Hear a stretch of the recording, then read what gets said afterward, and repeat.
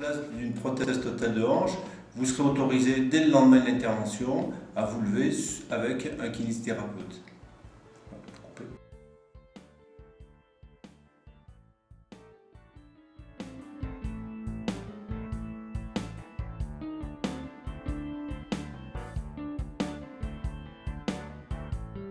Comme toute chirurgie prothétique du membre inférieur, la mise en place d'une prothèse de genou peut entraîner une thrombose veineuse et donc une phlébite. Dans ce cadre, une prévention par des piqûres quotidiennes d'héparine sont préconisées de façon à fluidifier le sang, d'une part, et d'autre part, la pose de bas de contention ou de bandes de contention sont réalisées afin d'éviter la stagnation du sang à la jambe et de diminuer l'œdème.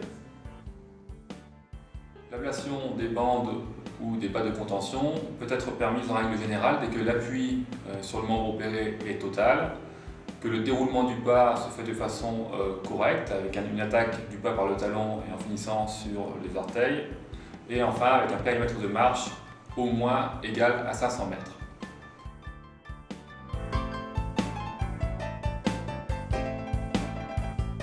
Dans ce cadre, un coussin évitant le croisement des jambes, notamment la nuit, peut être proposé à porter au lit afin d'éviter tout mouvement nocif pour la prothèse. Par ailleurs, un livret de prévention est remis en règle générale aux patients, soit à la clinique, soit à l'arrivée en centre de rééducation, qui reprend les principaux conseils d'hygiène de vie durant les premiers mois de vie avec la prothèse.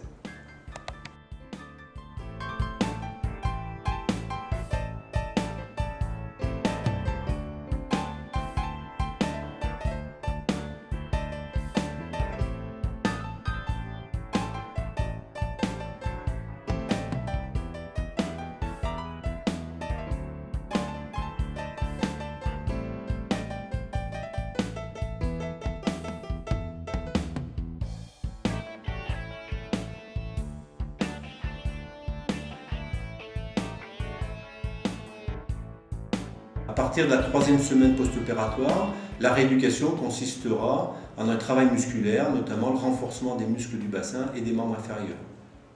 Le travail fonctionnel consistera en une marche en terrain accidenté et monter la descente des escaliers.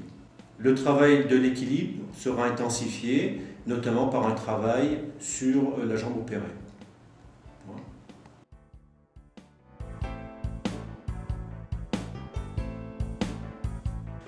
Donc les complications après prothèse de hanche sont extrêmement rares, elles concernent moins de 1% des patients.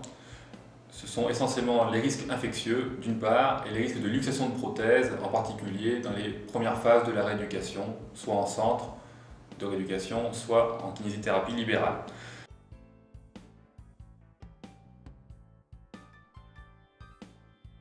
La durée de vie des prothèses est maintenant largement supérieure à 20 ans, ce qui permet donc d'avoir de nombreuses activités fonctionnelles, y compris l'activité sportive. Dans ce cadre, bien entendu, les activités à fort impact telles que la course à pied en descente, le trail ou les activités à risque de chute sont plutôt déconseillées, sauf pour les sportifs qui sont déjà très au point dans ces types de sports.